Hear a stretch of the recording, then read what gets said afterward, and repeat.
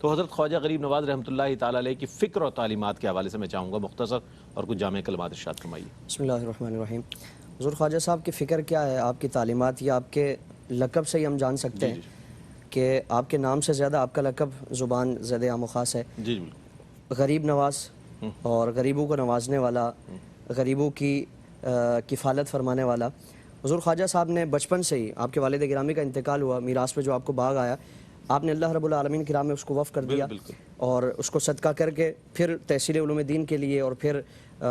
مختلف علاقوں کا اپنے سفر فرمایا۔ حضور خواجہ صاحب اپنے پیر و مرشد کی بارگاہ میں جب حاضر ہوئے، آپ کو خرقہ عطا فرمایا گیا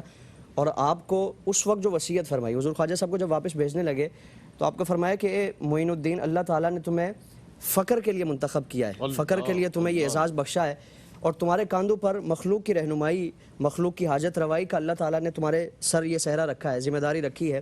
اور فرمایا کہ تم فقیروں کی طرح اپنی زندگی گزارنا، مخلوق کے لیے تم اپنی باہیں کشادہ کرنا، مخلوق کی حاجت روائی کرنا اور مظلوموں کی مدد کرنا، ظالم کو اس کے ظلم سے روکنا، یعنی ان اخلاق حسنہ کی آپ کو تعلیم دی اور انہی تعلیمات کے سائے میں آپ کو رخصت فرمائے، اور پھر اسی کا عکس اور اسی وصیت کا اثر ہمیں آپ کے آستانے میں ہمیں نظر آتا ہے۔ حضور خواجہ صاحب جیسے اجمیر تشریف لائے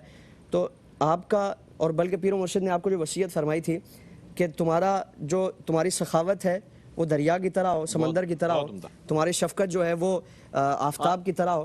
اور یہ تمہارا یعنی کہ عمل ہونا چاہیے، تواضع زمین کی طرح ہونا چاہیے۔ تو حضور خواجہ صاحب جب یہاں تشریف لاتے ہیں، یہاں کا معاملہ کیا ہے کہ ذات پات کے مسائل ہیں، اونچ نیچ کا مسئلہ ہے، اور ایسے افراد بھی ہیں کہ جن کو انسانوں سے بدتر ان کے ساتھ سلوک کیا جاتا ہے۔ حضور خواجہ صاحب ان کے لیے اپنے باہیں کھول دیتے ہیں، اور یہی آپ کی پیر و مرشد نے جو تاکید فرمائی تھی، جو وصیت فرمائی تھی، اگر تم نے ایسا کر لیا تو اللہ تعالیٰ تمہیں تمہارے پیغام کو پذیرائی عطا فرمائے گا۔ اگر تم نے یہ ان اوصاف کو اختیار کر لیا تو اللہ تعالیٰ تمہارے پیغام میں پذیرائی عطا فرمائے گا اور تمہاری جو دعوت ہے اس میں اللہ تعالیٰ قبولیت عطا